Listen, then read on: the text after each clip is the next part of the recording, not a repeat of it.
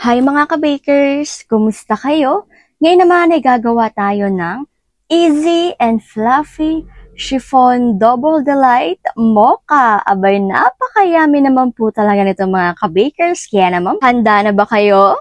Ang mga kailangan natin ay egg white 8 pieces, cream of tartar 1 teaspoon, sugar 100 grams, egg yolk 8 pieces, mantika 1/2 cup, fresh milk 1/2 cup, sugar 100 grams, cake flour 200 grams, baking powder 1 tablespoon, vanilla flavor 2 teaspoon, at salt na 1 teaspoon. Ilagay na natin ang fresh milk, mantika, asukal, asin, baking powder, vanilla flavor, cake flour. Haluin muna natin ito hanggang sa matunaw na ang ating inilagay na asin, asukal, at matunaw na rin ang ating cake flour. Pagkatapos, ilagay na natin ang 8 na itlog or egg yolk. Ngayon naman, i-continue lang natin ang ating paghahalo dito. At syempre, just take your time lamang po. Yan, haluin lamang po natin ito ng haluin hanggang po sa hindi na siya yung sobrang hirap haluin or parang malagkit na kagaya nito. At kapag ganito na po siya mga ka-bakers, ay okay na nga po ito atin nang itigil sa paghahalo. Ngayon naman, sa ating mixer, ilagay na natin ang ating egg white at cream of tartar. Ngayon naman ay atin na pong paandarin ang ating mixer hanggang sa umalsa po ito ng kaunti. Ayan, at dahil umaalsa na nga po ito, ay atin na nga po ilagay ang ating asukal. At i-continue lamang po natin ang pagmimix dito hanggang po sa tuloy na po siyang umalsa ng kagaya nito. Ayan mga ka-bakers, alsang-alsado na po ito, kaya atin na po itong kunin. Atin na po itong ilipat sa ating unang minix na wala po yung mga buo-buo, mga bubbles lamang po. At ilipat po natin ito ng dahan-dahan. Pagkatapos po mailipat ay atin na nga po itong haluin ng haluin. Kung kaya po natin na isang direction lamang po ay mas maganda po ito para po hindi po masyadong bumagsak ang ating egg white. At higit sa lahat ay kailangan po ating haluin ng haluin para hindi po hiwa-hiwalay ang kanyang color. Baka kasi may white at may yellow pa. Kapag ganito po na okay na, atin na nga po itong ilagay sa ating lalagyan or sa ating parchment paper na sa ating molde po. Ang size po ng molde ay 8 by 12 by 2 at isang piraso lang. Kapag nailagay na nga po natin ng isa sa ating molde, ang isa naman po ay lalagyan po natin ng tinunaw na 2 coffee stick at red wine na 2 teaspoon. Haluin na po natin ito para po magsama-sama na po ang kanyang itsura. At eto nga po pala ay mocha. Yung ginawa po natin kanina na atin na pong nilagay sa molde, iyon po ang ating vanilla. Ayan, at okay na nga po ito mga ka-bakers. Kaya naman po atin na po siyang ilipat sa kanyang lalagyan. At pagkatapos po, kagaya po ng ating unang ginawa, ay atin po itong aayusin or ipapantay. Itaktak po natin ang ating mocha at ang ating vanilla para po mawala pong bubbles. At ready na nga po ito para sa ating oven. Ang oven temperature nga po pala nito ay 170 sa taas, 200 sa baba, at ang baking time ay 25 minutes lamang. At after 25 minutes ay luto na nga po ang ating napakasarap naman po talaga na chiffon double delight mocha. At ito na nga po, tinanggal na nga po natin ito sa kanyang lalagyan o sa kanyang molde para po mas mabilis po siyang lumamig. Ganyan na nga po ang kanyang itsura mga ka-bakers.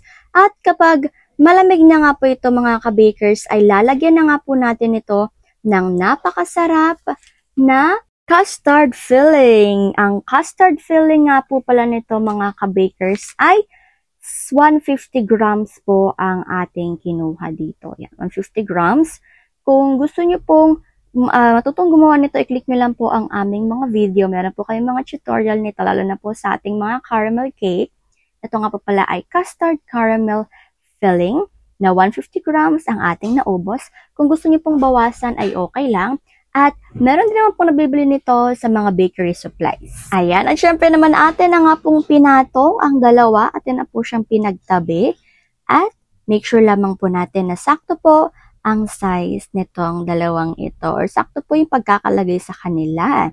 Okay dokes, dahil sakto na nga po ito mga ka-bakers, ay kukuha na po tayo ng ating bread knife or panghiwa. Pagkatapos po ay atin na nga po itong hahati-hatiin. Yung bilang nga po pala or yung dami nga po pala ng nagawa natin dito ay 16 pieces. Kung mga ka-bakers gusto nyo po siyang gawing 20 or 15 or 16, Depende na po yan sa inyo kung gaano po kalaki at saka higit sa lahat kung magkano po natin ito ibebenta. Aba naman, kailangan po talaga natin itong kumita mga ka-bakers. At eto na nga po hinahati na nga po natin ang ating mga ginawa. Yung size nga po pala natin dito ay pahaba at saka malaki-laki din naman po siya sa personal mga ka-bakers. Yan. Pagkatapos ay eto na nga pong lahat ang ating mga nagawa mga ka-bakers. Yan, napakasarap, napaka-fluffy, at higit sa lahat ay napakaganda naman po talaga tignan. Pwede nyo po siyang ibenta ng diretso na po agad ito sa ating lalagyan. Or pwede po natin itong ibalot. Yan, kuha po tayo ng ating pambalot. Pagkatapos ibenta po natin ito ng may balot na. Or pwede rin naman pong ganito na po natin siya ibenta. So, eto na nga po presenting ang ating finished product na sobrang sarap, sobrang yummy, sobrang ulala naman po talaga mga ka-bakers. Kayo po ba? Nagustuhan nyo din?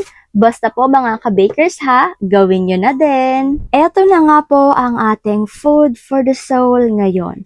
Jeremiah 29 verse 11. Sapagkat batid kong lubos ang mga plano ko para sa inyo, mga planong hindi ninyo ikakasama, kundi para sa inyong ikabubuti. Ito ay mga planong magdudulot sa inyo ng kinabukasang punong-puno ng pag-asa. Amen, amen, amen. Manalig lamang tayo sa Panginoon dahil meron talagang bukas na punong-puno ng pag-asa. Lalo pa na tayo ay nananalig sa totoong Diyos, sa buhay na Diyos at maghahari, nagahari at nabubuhay magpakailanman. Amen, amen, amen. Maraming salamat po sa inyong lahat mga ka-bakers.